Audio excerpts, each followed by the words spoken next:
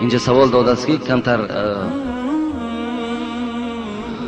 متنش نادرست نویسانده است. مقصد معنیش این است که اگر در خانه های ما و شما اگر کفتر میگوییم پرنده، اگر خانه سازد پس میگویند این خاصیتی بد دارد. آیا همین صحیح است یا نه؟ نه، بلکه صحیح نیست، پرنده است. هر پرنده ای که اگر در خاندان ما و شما لانه می سازد، بچه می کند، تخم می گذارد، این یگان خاصیتی بد ندارد. هر چی که هست برادرای عزیز، خاصیتی بد و خاصیتی نیک، اینا از جانب خدا هستند و هیچ پرنده وابستگی ندارند. حتی مردم ما از خوردن گوشت کفترم خواهان نیستند و بسیار این بد می شمارن، حالان که وی هم حلال کرده خدا هست. شما می توانید که گوشت کفتر را با طریق اولا خوردن گیرین، یگان ضرر زیانی نداره. وی پرنده است. چگونه ای که کوگ حلال است، چگونه ای که گنجشک حلال است، خب چگونه ای که قمری حلال است، در برابر کفتر هم از جمله همین پرنده ها هست. برای همین هیچ باکی ندارد. شما می توانید هم تناول کنید، هم در خاندان شما اگر لانه هم که گذارن، یگان خاصیتی بد ندارد. السلام علیکم و رحمت الله و برکاته. سوال از ناحیه دنقره. بابای حاجی میرزا، به قامت نماز فرضی را سهوا خواندن ممکن است؟ بله ممکن است. اگر آدمی در شهر زندگی دارد، به اذان و به قامت نماز هم که خواند، نمازش درست می شود. این شما می توانید که در شرح الوقایه در کتاب صلات دریافت کنید.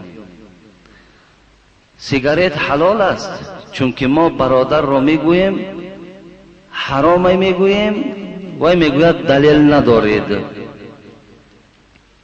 دلیل چرا ندارید؟ سیگارت حرام است، ناس حرام است. دلیل صدها دلیل وجود دارد. بایلش داداری تو دلیل نیفته از من صدها دلیل برای تو میوبم. الله در قرآن نگفته است که وینا حرام است.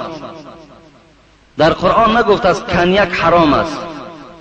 در قرآن نگفته است گیرین حرام است، ککین حرام است. نگفته است. این گونه نامه ها در قرآن وجود ندارد. بلکه الله در قرآن میگوید انما الخمر. ببین خمر حرام، 4 حرف خمر. در زیر کلمه خمر چی داخل می شود؟ ما خامر العقل.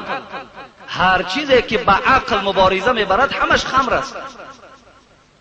چی گیرین باشد، چی ککین باشد، چی نوشاکیش باشد، چی دودیش باشد، هر چی که باشد عقل زائل میکند، عقل دور میکند، آدم از عقل بیگانه میکند، در کلمه خمر داخل میشود. پس در قرآن لازم نبود که سیگارت ناس ذکر شود. بس که آن چیزی که به نفس تو ضرر دارد و آن چیزی که به رفتن پولی تو ضرر دارد و حرام است. حبیب خدا کفا بالمرء اثما ان یضیع من یقود میگوید از روی گناه برای شما ای بندگان خدا آنقدر بس است که اگر 1 سامانی تو در خریدن سیگارت یا ناس صرف شود، 1 سامانی، این حق فرزندای توست. خدا در قرآن میگوید که شما بر نفسهای خود ضرر نیارید، با دست خود نفسهای خود قتل نکنید. ما با دست خود ما قتل نمیکنیم. آیا در همون خطیه که همون سیگارت چی نویسانده شده است؟ خطرناک است برای حیات شما. همون بس نیست برای ما، همین بس است. برای حیات خطرناک است.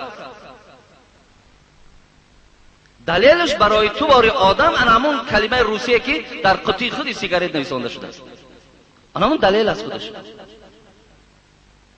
برای همین برادر عزیز گرامی این حرام است. اگر کسی که میکشد در حرام کرده خدا چنگ زده است. اگر طهارت داشته باشد طهارتش میشکند، بازم این پیشگاه خدا در مسئول و گناهگار است. دلیل حبیب خدا سیر حرام است؟ نه حرام نیست. چیسناک میگیم ما و شما حلال است. پیاز حرام است؟ نه حرام نیست، حلال است. لیکن حبیب خدا میگه کسی چسناک میخورد، کسی پیاز میخورد، فلا یصلین معنا، ببین همراه ما نماز نخواند، در مسجد ما داخل نشود، به خاطر که وای بوی میکند، بدبوی است. شخص سیگارت کشد، ناز کشد، آیا بدن بوی نمیکند؟ دلیل 100 دلیل است به خدا قسم. آدمی که خوف زنا کرده باشد آیا میتواند با دست خودش را آرام کند؟ خب این مسئله هست که بسیاری جوانان سوال میدهند. اگر خوف زنا باشد، خدا رحمت کند، بعضی صاحبان کتاب اجازت میدهند که از اویی که انسان به زنا آلوده می شود، به زنا آموخته می شود، با دست خودش را تسکین دهد. اگر این میگوید شرطاش این است که اگر در بین زنها کار میکردگی باشد یا همیشه با زنها هست، هیچ داشتن برای او هیچ قدرت نیست. لیکن شرط دیگرش این است که حبیب خدا یا معشر الشباب من استطاع منکم الباءة فلیتزوج فإنه اغض للبصر و احسن للفرج فإن لم يستطع فعليه بالصوم فإنه له وجاء. این روایت بخاری است. ای جوان ها اگر قوت دارین زن گیرین، زیرا اینکه زن گرفتن چشم های شما را از نگاه کردن به زنهای بیگانه من می سازد و شما را از زنا کردن نگه می دارد. و اگر شما قوت زنگیری ندارین، شما روزه گیرین تا که شهوت های شما شکسته شود. این از فتوایی که من برای شما می خواهم. در کتاب وجود دارد که انسانی که اگر جوانی که با این عمل آموخته می شود، دیر نگذشته تا سینی 40، بلند تا 45، اگر با این کار سخت آموختگی باشد، تمام دیگر وای از جمله مردها بیرون می شود. و این بیماری هست که حتی دیگر بزن وای قناعت کردن نمیتواند. این کار ناخوب است. خدا رحمت کنه شمس الدین ذهبی 7 طایفه را لعنت کردن. حدیثی از پیغمبر خدا در باب لواطه کتاب کبایرش در میارد. یک کسش همون شخصی هست که با دست خودش چیکار میکند؟ حرام میگرداند. حکم نردبازی در دین اسلام چیست؟ حرام است یا حلال؟ حرام است. در آخر در حق من دعا کنید خدا شما را عمر دراز و تن صحت دهد. نردبازی حرام است. دادر عزیز، السلام علیکم که حاجی مرزا، ما از شما یک خواهش داریم. من و رفیقم جمعه گذشته یک ویلوسیپدمان را در همین مسجد گم کردیم. از شما خواهش داریم که اعلام کنید که کسی گرفته باشد برگرداند. التماس خواهش ما را همین جمعه گویید. خیلی شنیدن کسی که اگر با این عملی خیلی نادرست و بدبختانه چنگ زده باشد، البته این حق یک برادر مسلمان برای انسان استفاده بردن او در عبادتش خلل دارد، در زندگیش زلال دارد. پس گردان انشاءالله توبه کن، خدا می بخشد. و الا اگر او 50 سوم ایستد یا 100 سوم ایستد، لیکن عذاب آیندهش فکر کن. چند جمعه چندین پای افضال ها هم از بین گم شد. بعضی شخص ها اینا را جرته هم میکنن، قصدن هم میکنن برای بدنام کردن مسجد هم. این طریقه شخصان هم وجود دارد. لیکن من برای شما گفته بودم که پای افضالایی که ارزش دارن، قیمت دارن، پیشتان بیارین. در داخل همون یک سلفان اندازین، پیشتان دا گذارین. اینش بهتر است. سلام علیکم داملای شیرین سخن، من مخلص اشدی شما می باشم. از شما التماس میکنم و یک درخواست دارم که درباره حضرت یوسف یک جمعه موعظه کنید. خیلی ان شاء الله کنین که نوبتش آید. السلام علیکم داملای شیرین سخن حاجی مرزا، از شما احترامانه خواهش میکنم که با این سوال ما با پررگی جواب گردانید. در فصل تابستان هوا خیلی گرم است. بعضی از برادران ما پای افضال‌های به مثل توفلی را پوشیده به مسجد می آیند و در پایهایشان جورابک دارند. البته در آنها میکروب ها پیدا می شود. این میکروب ها به قالین های مسجد می گذرد و باز سر در سجده گذاشته آنها را نفس می گیریم. و باعث سر زدن بیماری ها می شود. آیا اجازت هست که ما با خود جای نمازهای مخصوص بیاریم و در روی قالین ها گذاشتن نمازمان را خوانیم؟ بله جایز است دادر عزیز. اگر طبیعت کدام تو طبیعت طاهر باشد، پاکی باشد، بسیار گوییم که طبیعت نازک داریم، خب خوش به حالت. منم جانبدار همین چنان طبیعت هستم که همیشه پاکی و تازگی را طلب کند. با همراهی خودت میتونی بیاری جای نماز، بالای جای نماز در نماز خون با گرفته مثلا جای نماز تبر. لیکن دادرایی که شما جورب میپوشین، جورب پوشیدن نمیتوانی نپوش.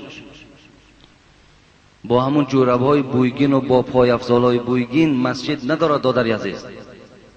این آزار برادر پهلود می شود، آزار ملائکه می شود. خب داخل مسجد بوی می گیرد، چندین انسان دیگر از این بوی بد نفس می کشند، تو گناهگار می شوی. روز جمعه هست، غسل کنین، خوشبویی ها زنین، پایه هاتون تازه شوین. آری با بعضی برادر زیارت میکنی، باور کن اگر پایش جدا بوی میکند، زیر کشش جدا بوی میکند.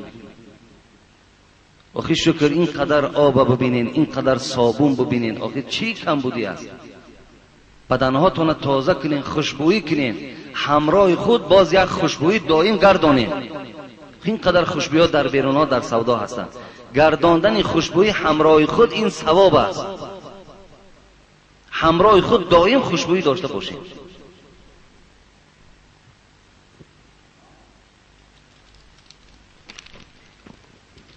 السلام علیکم داملای محترم، از شما احترامانه خواهش میکردم که با یک چند سوال من پاسخ دهید. برای چی در وقت نام پیغمبر شنیدن از جای میخیزند، در وقت نام الله را شنیدن نمیخیزند؟ که ساده کرده فهمانید. راستی بود من خودم نمیخیزم و خیستنش در کتاب مجموعه الفتاوا که خلاصه الفتوا را حواشیش است، خیستن تعظیم در نام رسول اکرم مکروه میگوید. برای همین صلوات روان کردن واجب است. وقتی نام محمد شنیدین شما صلی الله علیه و سلم گوین. دادرای عزیز، اگر از جات خیزی و صلوات نفرستی تو گناهگار هستی. خیستن تو به تو فایده نمیبخشد. صلوات واجب است. شخصی که زنا کرده گناه کرده به مانند زنا، عرق نوشی، باز آمده در نزد رفیقانش از این کار شرم ندانسته تعریف کند، حکم او چیست؟ ولی بسیار سالی بنده هایی که عرق نوشی کردند، زناکاری کردند، بدفعلی کردند، باز امروز نشسته همان گناه را لذت چه در بین مردم مسلمان حکایه میکنند. حبیب خدا میگوید آن زمانی که شما گناه کردین خدا گناه را نویساند، دویم باره وقتی که تکرارش میکنی باز دویم باره می نویسش. و از گناه باید که ما توبه کنیم، نه لذت بریم. عیب است برادرای عزیز.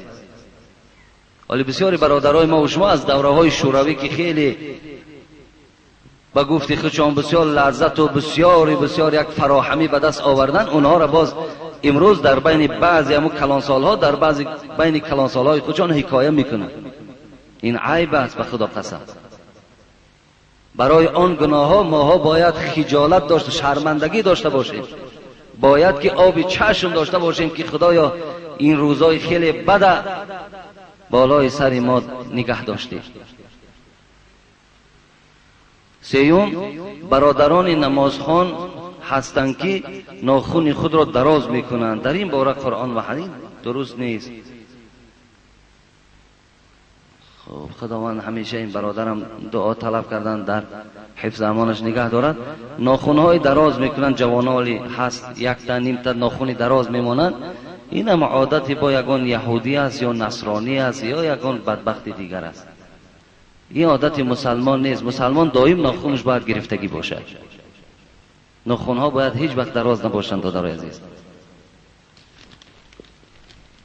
السلام علیکم بابای حاجی. من از ناحیه دنغره به زیارت شما آمدم و شما چند سوال دارم. آیا گندم نو را بریان کردن گناه است یا گندم کهنه را؟ این گپا باید دیگر اینا سفسطه همش افسانه. گندم نوای کونه بریان کرده، همش برای بنده مؤمن، همه برای فرزند آدم است. بریان کرده خوردن بگی دعا که خدا صاحب گندمت کنه، دیگه گندم کونه نوای فرق نداره. خب ما در کارخانه دولتی کار میکردیم، از سببی که به ما معاشمان را نمیدادن ما دست به دزدی میزدیم. آیا ما در این گناهگار هستیم؟ زیرا که تا حال حق ما در کارخانه از 1000 تا 5000 باقی است و گرفتن نمیتوانیم. و رئیس کارخانه امسال حاجی شده آمد. این سال اگر حاجی شده باشد پول شما را اولا برمیگرداند، دویم اینکه اگر معاش هم که ندهند دزدی در کجایی که نباشد دزدی هست. حتی که اگر از شما آدمای بیدین و بیدیانت هم که دزدی کنین دزدی است. برای همین برادرای عزیز در کدام کارخانه کار میکنین دزدی نکنین هیچ وقت، اگرچه معاش هم که برای شما ندهند. دزدی گناه هست برادرای عزیز. خب ایشان ها از ملاها چی برتری دارند و در دعاخانه با کدام از اینها پشت گذشته اشان یاری میدهد؟ خلاصه شفا از کجاست؟ این برادر ما هم خیلی برادر ساده. اگه مسلمان همه وقت ساده می شود، مسلمان زیرک نیست. راستی بار نه ملا را پشتش فایده می کند نه ایشانه، نه با پشت ما نازیم و نه با پشت هامان افتخار داشته باشیم. افتخار به پشت کردن میلش من شما را باز نمی دارم. اگر پدر شما یگان آدمی خوب گذشتگی بود، بسیار خدمت کرده است، میلش یادش کن گوی بسیار آدمی خوب بود، خدمت کرد، لیکن با وی تکیه نکن. گرد نام پدر چی میگردی؟ پدر خیش شو اگر مردی. گرد نام پدر چی میگردی؟ پدر خیش شو اگر مردی. پدر لایق تعریف و ستایش است، میلش مثل پدر شو، لیکن با او تکیه نکن که وای در قیامت از تو پشتیبانی کند و او تو را شفا بخشد و او برای تو کمک کند. این در برادر عزیز تکیه نکن. افسوس امروز بسیار برادرای ما و شما ذاتی که لایق تکیه هست، ذاتی که لایق حمد است، اون ذات فراموش کردیم و تکیه بر انسان میکنیم، کمک از آدم میطلبیم. بسیار بسیار نادرسته. دادرای عزیز، من چندین موعظه هم در تاکید کردم، یگانه تکیه بر خدا کنید، از خدا کمک طلب کنید. دادرای عزیز، من برای شما ببین حضرت موسی را مثال آورم. حضرت موسی زمانی که پیغمبر بود فرعون پادشاه بود. فرعون دعوای خدایی داشت. الله به این بنده ناسپاس خیلی مهلت دراز داد تا زمانی که انا ربکم الاعلا گفت، من خدای بزرگ هستم گفت. تا همین زمان الله این ناکسه مهلت داد، شاید که روز از روزها به سوی الله بازگردد، لیکن نگشت. وقتی این سخن گفت الله در خشم شد، در غضب شد. حضرت موسی را فریاد زد، گفت اذهبا الی فرعون انه طغى. سوره طه آیات های 41 42 43 همچنان است. اذهبا الی فرعون انه طغى فقول له قولا لینا لعله یتذکر او یخشی.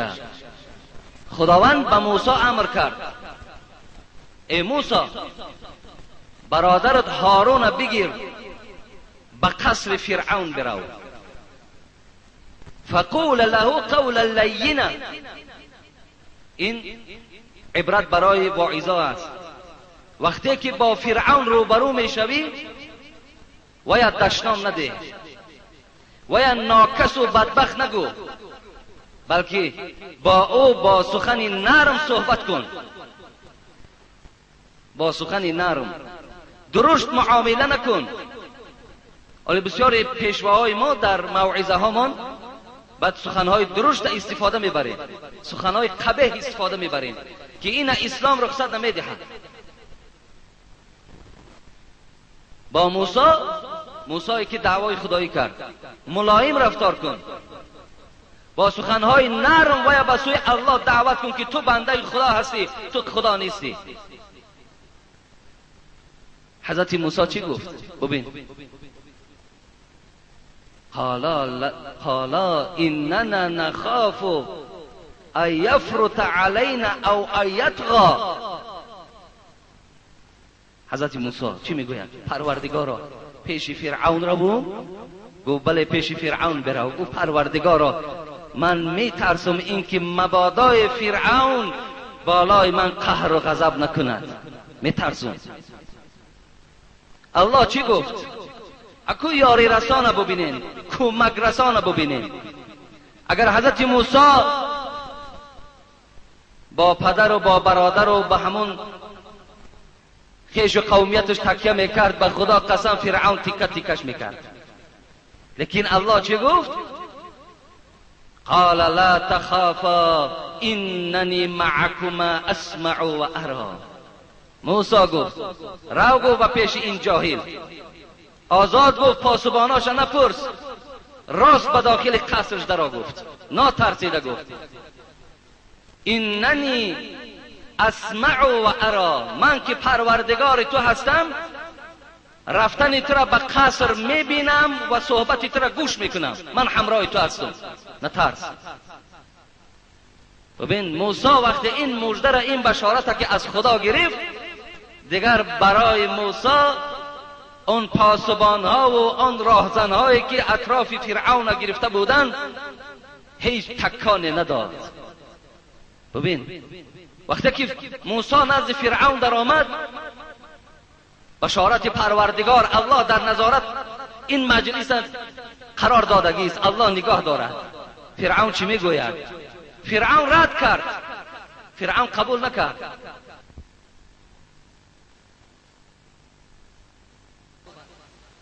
موسی گفت من قوه، هر چیزی که دارم الله دارم. و گفت میلش، هر چیزی که داری به میدان برار. ببینید دویم حکمت، ببینید دویم بزرگی الله را شما تماشا کنید برادرای عزیز. 70 تن از جادوگرها را فرعون جمع کرد، جادوگرهای وزنین ترین سخت ترین. میدان روز عید بود، همه جمع شد. حضرت موسی گفت چاش، در وقتی چاش گفت مردم جمع کنید روشن شود تا که مردم قدرت الله را با چشم ببینند. حضرت موسی یک عصا در دستش داشت، معجزش این بود که وای اژدهار میشد، هر چی که می آمد تناولش میکرد، نابودش میکرد. 70 تا. این قصه قرآنی است، والله علم سوره صافات است. تمام 70 جادوگر گفتن اول شما شروع کنید. موسی گفت نه شما شروع کنید، هر چی دارین گفت شروع کنید. بعد جادوگرها ریسمان ها داشتن، عصا داشتن، چوب داشتن، سر دادن در میدان. وقتی که سر دادن همگی اون اژدها رو مار شد، هجوم به سوی حضرت موسی کردند. حضرت موسی را مفسرای قرآن در قرآن میگویند که وجودش ترس فرا گرفت، ترسید. لیکن الله چی گفت؟ لا تخف انک انت الاعلی. ای موسی نترس، تو بالای اینها غالب میآیید، بی پروا باش، عصا تا سر گفت. وقتی عصا را حضرت موسی سر داد، همگی ریسمان و آن چیزی که در همون میدان بود همش نابود کرد، تناول کرد. ببین کی کمک کرد؟ الله کمک کرد. الله اگر با این پشت اگر ارواحش و باباش بیچاره تکیه میکرد، باور کن خدا دانا بود که اونجا چی حادثه رخ میداد. حضرت ابراهیم علیه السلام، نمرود دعوای خدایی کرد، آتش افروخت، میدان عراق در عراق مفسرای قرآن میگن عراقی که امروز بیچاره‌های مسلمان سرسان و سرگردانند، عذاب دارن، مشقت دارن. خدا همه آن دهشت و وحشت از ملک اونها برداشته گرداند. روز آسوده و روز خوش خدا برای مسلمانای عراق هم نصیب گرداند. و هر کسی که برای مسلمان چاه میکند، در پیش او میخواهد که در عذاب مسلمان رو برو شود، خدای در چاه کندگیشان خودشان خدایا داخل گرداند. آتش کلان افروختند، آنچنان کلان بود که پرنده ها در آسمان دیگه پرواز کردن نمی توانستند. ابراهیم آوردن باید در آتش پرتایند، لب لوچش کردند. نمرود میگه وقتی که زینت ابراهیم، زیبایی ابراهیم دید، گفت ابراهیم اینقدر زیبا هستی تو، چی می شود که تو از همین دعوای خودت گردی و مرا خدا گویی تا که من تو را در آتش نپرتام؟ حضرت ابراهیم گفت زر خالص هیچ وقت در آتش نمی سوزد. قصه کوتاه، حضرت ابراهیم در صندوق انداختن، اکنون حواله میکنن باید که در بین آتش زند. وقتی در آسمان برداشتنش، میکائیل آمد میگوید، میکائیل ملائکه شمال و ملائکه برف و آب همه در دستش. گفت ابراهیم اگر خواهی گفت الحال ابر را پیدا میکنم، تمام این آتشی که چند ماه میسوزد به خاکستر مبدل میگردانم. ابراهیم گفت قسم به خدا من به تو احتیاج ندارم، قسم به خدا گفت من به تو احتیاج ندارم. گفت ملائکه شمال آمد، ابراهیم خواهی اگر همین آتش به خدا قسم در خانه آن دشمنهای تو همگیش داخل بکنم. گفت قسم به خدا به تو هم گفت احتیاج ندارم. میگه جبرائیل علیه السلام به طاقت شد، خدایا مرا رخصت نمیدهی که تا که به ابراهیم کمک کنم. وقتی جبرائیل میگه پایان شد، گفت ابراهیم گفت من برای کمک تو آمدم. کمک میخواهی؟ گفت آن اللهی که مرا آفرید، آن الله با علم خود میداند که ابراهیم در کدام احوال قرار دارد. به این خاطر دعا میکنم که انت واحد فی السما و انت واحد فی الارض. خدایا تو یگانه در آسمان هستی، خدایا تو یگانه در زمین هستی. سبحانک لک الحمد، پاک هستی تو، از برای تو حمد است، از برای تو ستایش است. هر چی که اگر پستی زدم الله فقط به تو رو می آرم. خدای خود دیده ایستاده ای. ببین وقتی الله صدا ابراهیم شنید، به این آتش چی گفت؟ یا نار کونی بردن و سلاما علی ابراهیم. ای آتش گفت زمان ابراهیم در داخل تو میزند، برای ابراهیم من خنک شو و چمنزار بگرد. آتش به همون چی شد؟ روبرو شد. کمکی کرد؟ الله کرد. برادرای عزیز و گرامی، قصه رسول اکرم صلی الله علیه و سلم، ابو جهل چی پلان کشید؟ شب نابود میکرد پیغمبری خدا را، لیکن الله چی گفت؟ ای حبیبی من یک خاک در دستت بگیر، بیرون شو و جعلنا من بین ایدیهم سدا و من خلفهم سدا فاغشیناهم فهم لا یبصرون. شفت کن بالای چشم این مشرکا پرتاب. کی کمک کرد؟ الله کمک کرد. وقتی در غار در آمد، ابوبکر صدیق میلرزید از جانب رسول اکرم، لیکن رسول اکرم چی گفت؟ لا تحزن ان الله معنا. ابوبکر نترس، گفت چی میگوی در حق دو نفری که سیوم او خدا باشد؟ چی میگوی؟ گفت چی میترسی؟ دادرای عزیز، هیچ وقت تکیه بر هیچ کس نکنیم، فقط روی به خدا بیاریم، فقط کمک از خدا طلب. اگر جمله جهانم خصم گردد نترسم چون نگهبانم تو باشی. شاعر میگوید اگر جمله جهانم خصم گردد، همه دنیا اگر دشمنی من شوند، نترسم چون نگهبانم تو باشی. هیچ وقت نمیترسم زمانی که نگهبانم تو باشی. زی شادی در همه عالم نگنجم، اگر یک لحظه غم خارم تو باشی. اگر یک لحظه غم خارم باشی، به خدا قسم دنیا و آخرت برای من شادی می بخشد، برای من شادی می آرد. زهر از عطای خلق هرچند که دوا باشد. در آشخانه شهر کراچی پاکستان نشستگی بدیم، آشخانه افغانها بود. در همون دیوال همین مصرع ها را من یافتم، از همونجا کتابت کردم. زهر از عطای خلق هرچند که دوا باشد، حاجت ز کی میخواهی آنجا که خدا باشد. آنجایی که خدا هست حاجت به کی میبری؟ دادر عزیز، آخر نخواه که همین چوی توغ برای تو فایده بخشد. کی بیدار میشه؟ کی از همین شرکیات شما دور میشین؟ نخواه جای خدا باشد یک موره چشمی در گردن گاو تو، در گردن خودت، در گردن کودکت، در گهواره های کودکت کشال باشد. آخه شما نخواه که از این چیزهایی که غضب خدا را بیدار بکند شما رجوع به منها کنید. دادر عزیز، رو به خدا بیارید، از خدا کمک طلب کنید، ان شاء الله الله شما را کمک میکند. دادر عزیز، نه ایشان پشتش کمک میکنند نه ملا را. کمک کننده ما الله هست. خب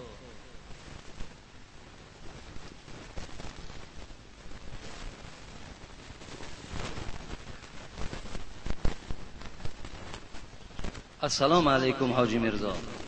سوال من تکرار است، از شما خواهش میکنم با این سوال من جواب گویید. پیشوای عزیز، در مسجد ما نماز خفتن را 1 ساعت بعد از نماز شام میخوانند و ما با مؤذن میگوییم چرا 1.5 ساعت نمیایستید؟ مؤذن با ما میگوید که طاقت نداریم، اما از آن را میشنویم لیکن نمیرویم. ولی میخواهیم که شما درباره این سوال ما جواب انیقش را دهید. با احترام، مخلصان دائمی شما از شتل. در حق ما دعا کنید، خدا همه شما را در حفظ امانش نگه دارد. دادر عزیز، عبدالله ابن مسعود من حدیثش گفته بودم که از حبیب خدا پرسید ای العمل احب الی الله، کدام عمل محبوب خداست؟ رسول الله چی گفتن؟ الصلاة علی وقتها، نماز در وقتش خواندن. همین قوم ما 1.5 ساعت بعد شام نماز خفتن میخواند، همش طاقت دارند، هیچ چیشان نشده است الحمدلله که وقتشان خوش نماز میخوانند از پی خانهشان میشوند. همه این برادرای عزیز روز به روز ایمان ها ضعیف شده ایستاده است. روز به روز شریعت ما آن چیزی که طبیعت ما میگوید به طبیعت خود ما رفتن میگیریم. آن چیزی که اسلام میخواد، قرآن میخواد، به ما و شما روی نمیاریم. خدا رحمت کنه صوفی الله را. دل جدا زبان جدا باشد، او کجا طاعت خدا باشد؟ جسم در خانقاه و دل در سیر، این چنین بندگی چی خط و چی خبر؟ دست در سبحه، زبان در یاد، دل در انجام دنیوی فریاد. ظاهر خود حرقه پوشی ها، باطن خود مکر و فریبی ها. ظاهر تا میبینند میگوین از تو در ایشان، از تو در ملای خوب نیست، لیکن باطن خود مکر و فریبی ها. داخلت آنقدر مکر دارد، آنقدر مردم فریب کرده ایستاده ای که دیگر هیچ حساب ندارد. حضرت صوفی الله یار خطاب میکند به اینا، چی میگوید؟ این چی طاعت چی بندگی باشد، مردنت به که زندگی باشد. او خدا پروا این عبادت تو ندارد. اگر کنی بجا بیاری خوش به حالت، نکردی دادر عزیز بعد هم 1 ساعت هم رفته از جماعت دور نمانین، با جماعت نمازاتون خوانین. السلام علیکم دولت عزیز و گرامی. آیا حدیثی هست که میگویند از نام پیامبر حب الوطن من الایمان؟ حدیث پیامبر هست یا نه؟ حب الوطن من الایمان، من بار اینا برای شما گفته بودم، در اطرافش اختلافی زیاد است. خدا رحمت کند علی قاری را در کتاب موضوعات آورده است. خوب میشد که حب الوطن من علامت الایمان میگفتیم، اینش بهتر بود. باز از علامت ایمان دوست داشتن وطن است. وطن مون دوست میداریم، وطن مون احترام میکنیم، برای وطن مون بهبودی میاریم. آن کسانی که در این وطن ما زندگی میکنن نیکخواه اونها هستیم. برای من این یکان جای غلطش نیست. دادر عزیز، السلام علیکم حاجی داملا. من یک کارمند شعبه داخله هستم. 5 وقت نمازم را، یعنی ملیسه هستم، 5 وقت نمازم را میخوانم. جمعه را وابسته به حالتهای کاری هم هست. از نصیحتهای شما خوشنود هستیم. یک سوال دارم. ما بعضی شب زنهای بی ترتیب را و مردای اوباش را از راهات دستگیر کرده به ملیسه خانه میاریم. آیا این کار ما نیز ثواب دارد؟ یا که آنها را خانه هاشان بریم؟ نه، همان ملیسه خانه بریم. اونا خانه را ارزنده نیستند. آن کسی که کوچه را بی ترتیب میکند، آن کسی که تأثیرش گویم خصلت‌های ناخوب او در جامعه اینقدر ضرر کلان میارد، وای ارزنده عذاب و شکنجه را دارد. برای همین برادر عزیز، اولا خوش به حال تو که هم کاری حکومت و هم کاری وطنداری تا به جا میاری، هم در برابر این عبادت خدا را میکنی. خوش به حالت. فراموش نکنید برادرای عزیز، هر کی در هر جایی که کار میکند وای بنده خداست. در برابر کار باید بندگی خدا ادا شود. هیچ کار باید پیش عبادت ما و شما را نگیرد. بگذار برادرای عزیز کار کنین، مهنت کنین، آباد کنین، حمایه کنین، حفظ کنین وطن را، لیکن در برابر این ساعت عبادت خدا باید فراموش نشود. بهترین عمل است وقتی که تو یک دختری به ترتیب یا یک مرد اوباش را از راه میداری، آورده مثال برای او مصلحت های مفید میدهی. اگر خانه هم که بری با پدر و مادری و اگر صحبت کنی، خوش به حالت برادر عزیز.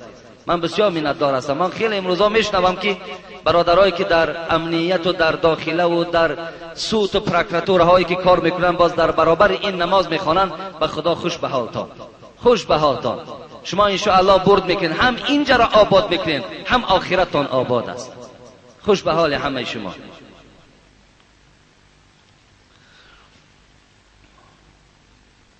السلام علیکم اکای حاجی میرزا، من یک سوال دارم، خواهش میکنم با سوال من تعجیلا جواب گویید. من در خانه‌مان کاری ساختمانی دارم. یک روز مرا پدرم یک کار فرمود، من باشم با پدرم نگاه کرده گفتم حاضر، برادرم می آید کار را سر میکنیم. پدرم به من گفت طرف من نگاه نکن، در چشمت فلان کنم. و باز مرا چند دشنامه‌های قبیح داد و مرا گفت که تو حرامی هستی. بعد من به پدرم گفتم که اگر من حرامی باشم خیر مرا عاق کن. پدرم به من گشته گفت عاقت کردن، رو کجایی که میروی. از شما خواهش میکنم اکای حاجی میرزا، آیا من عاق پدر شدم؟ در حقیقت در حق من و پدرم دعای نیک کن. از این کار 3 نماز جمعه گذشت، من و پدرم نمازخوان هستیم، جوابش را در مسجد شما انتظار هستیم. ان شاء الله دادر عزیز، شما عاق شدگی نیستین، عاق خودش چی است. اما پدر و مادری که فرزند عاق میکنین، کمتر فکر نمیکنین از آینده فرزند. وقتی که برای عاق کردی، در مردم ما همین است که عاق کرد تمام، دیگر من هر چی که کردم همش بیهوده است. مقصد دیگر برای من مسجد نماز چی در کار اکنون، راهی دیگر همون میخانه و راه دزدی و راهزنی را برای خود اختیار میکنم، برای که دنیای من سوخت. مقصد همین است. شما چه خیل پدر هستین، چه خیل مادر هستین؟ آیا راه تربیه همین است؟ این راه تربیه نیست. بگذار فرزند نافرمانی میکند، به عقلی میکند، نادرست رفتار میکند و یا با طریق مصلحت درست کردن ممکن است، لیکن عاق کردن این وظیفه ما و شما پدرها و مادرها نیست. عاق نکنین دادرای عزیز. عاق، افسوس که اکنون عاق شما اولی یک خیلش عاق میکند در یک مسئله که برای دنیاش است. تو یگان تات عاق که فرزند مسجد نرفتنده، بچه مسجد نمیره، عاقد میکنم، در عمر در زبانت نمیاری. برای خاطر اسلام هیچ وقت تو مثال نمیاری که من مثال بچم عاقد میکنم اگر نماز نخوانی، بچم عاقد میکنم اگر سرت نمیپشانی. این ده نمیگوی. لیکن برای یک کار دنیا یا برای ساختمان یا برای که یک پدر بچه‌ش گفته است برای من سیگارت بخر، گفته است که نه سیگارت نمیخرم، گفته است که نخری، بچم عاقد کردم. عاق هستم. این بازی از باور کن، پیش از آنی که خودت عاق میکنی خودت عاق میشه به خدا. این چی کار از خودش؟ اسلام مسخره نیست که آخه. عاق کردن درست نیست. عاق نکنین، تربیه کنین.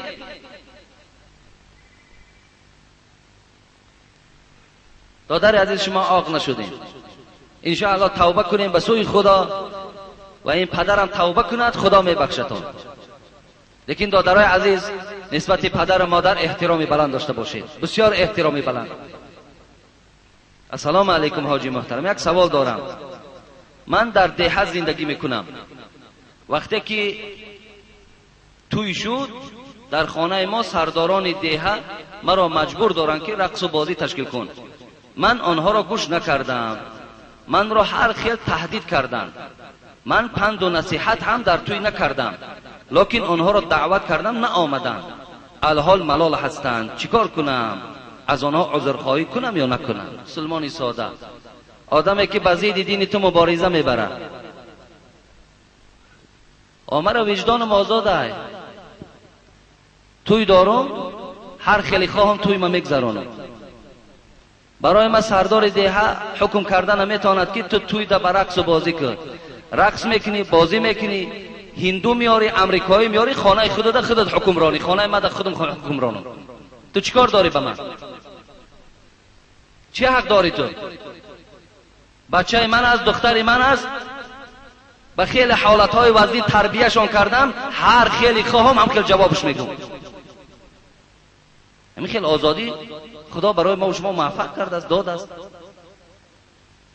تا جایی که کمک کنیم، تا جایی که مثال ما و شما مردم از راههای نادرست برگردانیم، برعکس تشویق میکنیم. نه گناهگار میشیم دو درجه. او گناهگار است، پیش او کجا میروی تو؟ سلام علیکم اکای حاجی میرزا، با این سوال من جواب گوید. آدم قهری است، نماز میخواند، نماز او قبول میشود یا نه؟ نمازش قبول میشود لیکن اجر پاداش ندارد. آدمی که با یک برادرش قهری میکنه، با اینا به نزدیکی ماه رمضان میآید، خداوند هم گناه همه انسان هم میبخشد مگر شخصانی که بین یکدیگر قهری داشته باشد. برای همین قهری نکنید دادر عزیز. در مسئله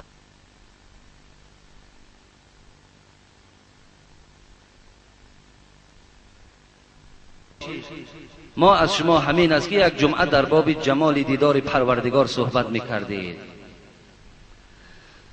انشاءالله خدا خواسته باشد این جمال دیدار پروردگار یکان جمعه میبخشیم. خدا خواسته باشد چگونه بنده مسلمان به دیدار پروردگارش روی برو میشود. خیلی نعمت خیلی بلند است که وقتی بنده با پروردگار رو برو میشود. استعمال کردن این نوع سیگارت تارت را میشکنه. در آخر در حق ما مخلصان دعا کنین. من سوال اول در جواب گفته بودم، میتونین از اونجا شما این جواب بگیرید. السلام علیکم داملا، شما در یکی از صحبت ها گفتید که برای روزه های ماه رجب هیچ دلیل وجود ندارد، ولی وقتی که ما بر ریاض الصالحین نظر کردیم در آنجا حدیثی صحیح پیدا کردیم با روایت امام ابو داود که در آن رسول اکرم بر روزه گرفتن در این ماه توصیه دادند. راوی این حدیث که راوی میگوید که رسول الله 3 بار این سخن را تکرار کردند. می توان متن پره حدیث را در کتاب نامبر شده بخوانید. آیا این حدیث دلیل شده نمی تواند؟ سوال فوری است دادر عزیز. در ریاض الصالحین بالکل وجود ندارد. این تهمت نکن که در باب ماه رجب حدیث باشد که پیغمبر 3 بار ما را توصیه به گرفتن داده باشد، قطعیاً وجود ندارد. تو تهمت میکنی. و این خاطر تو اگر بسیار خوب میشد رقم حدیث می نویساندی، من در بین مردم میخواندم. برادر عزیز من برای شما گفتم اگر دلیل هست، حجت هست، بیان کن. نام کتاب، رقم حدیث، در کدام صحاح 6 وجود دارد، من در بین مردم خوانده دهم. تا حال من از قولم بر نمیگردم. من گفتم ماه رجب دلیل ندارد، تمام دیگر. داری دلیل، حجت داری، رقم کتابش معین کن، والله که در بین مردم میخوانم. لیکن نداری برادر عزیز و این حدیث بالکل وجود ندارد در ریاض الصالحین. خب آخران سوال میخوانیم. حضرت التماس مسجد زیر را نصیحت کنید تا خاموش گوش کنند. مراد از اهل نمازگزاران تهخانه است. خدا حافظ شما. برادرایی که در تهخانه میخوانند از اونجا البته کمی گپزنی ها کردن. در حالت صحبت سخنرانی نکنید دادر عزیز. با دقت گوش اندازین. به خدا هر چی میگم برای فایده شما میگویم. هر چی میگویم والله که از سوز دل میگویم. هر چی میگویم برای بهبودی میگویم. و الا من نمیتونم مثل دیگر بعضی شخصیت ها خاموشی را برای خود اختیار کنم، چیزی نگویم. لیکن این برای خود جنایت میشمارم، بلکه به سمع شما میرسانم. هر چیزی که حقیقتش است. میدانم حقیقت تلخ است، بسیاری کسا را نمیفارد. لیکن چیکار کنیم که ما مسئولیم، مسئولیت دارم. فردا از این ما را الله میپرسد. میکروفون دادیم، مسجد دادیم، معرکه های مردم خوردی، پول مردم گرفتی، آیا سخن حق به گوش مردم رسانیدی یا نرسانیدی؟ آیا این سله و کله و این جیلک و این منصب و این محراب برای چی استفاده بردی؟ برای راحت یا برای بهبودی دین اسلام؟ برای چی استفاده بردی؟ والله که این سوال از پیشواها در روز قیامت میشه. و این خاطر هر چیزی که میگویم گوش اندازید. حقیقت دارد برادرای عزیز، هیچ کدامش سخن خودم نیست. هر چی میگویم در زیرش برای شما آیت قرآن، حدیث رسول اکرم حتمی وجود دارد.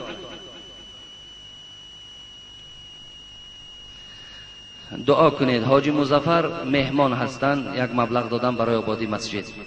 از جنازه کوچه پرتاپاپو که گم شده گزاد سامانی است. این نام‌ها دیگر ارزش ندارند در جای ما. دیگر تمام نام‌های تاجیکی میمانیم، نام‌های گذشتگان ما نمیمانیم. اینا چی خدمت کردن در ما و شما که اینقدر از دروازه هامون حتی نامشون گم نمیکنیم. یک برادر از خرمن یک تانه علی بست روان کرده است.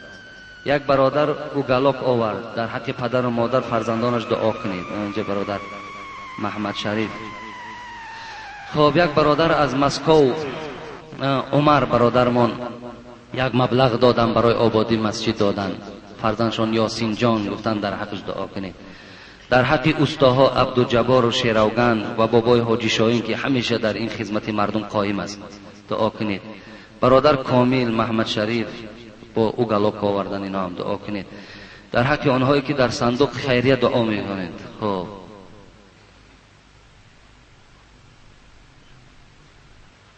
خب در حق آنهایی که در صندوق خیریه صدقه میکنند دعا کنید. برادرایی که در صندوق خیریه کمک میکنند. رحمت کلام برای کمکاتون، برای دستگیریتان. انشاءالله آبادی مسجد آبادی دین ما و شماست، پیشرفت ما و شماست، آبادی شهر ما و شماست. البته فایده های خیلی زیاد برای ما و شما دارد.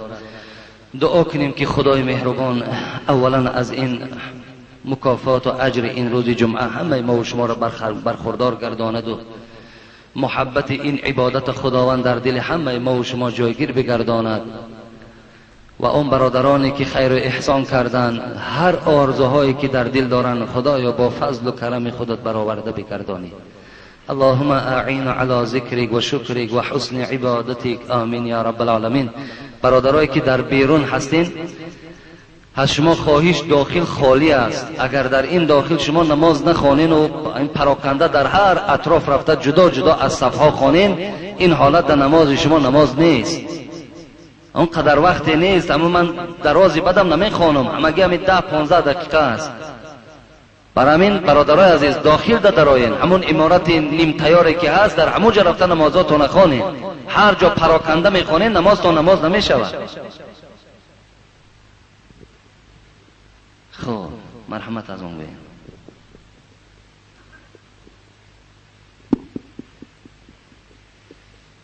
الله اکبر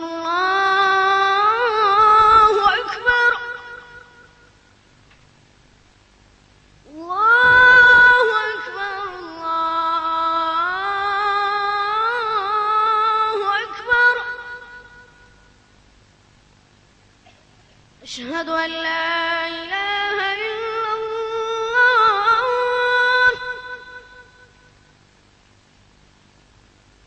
اشهد ان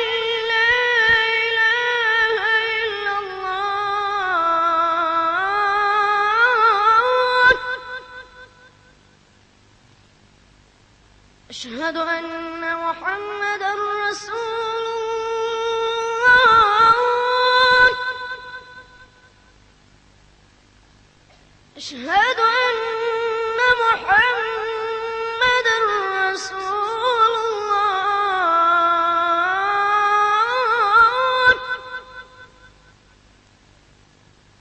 حي على الصلاة.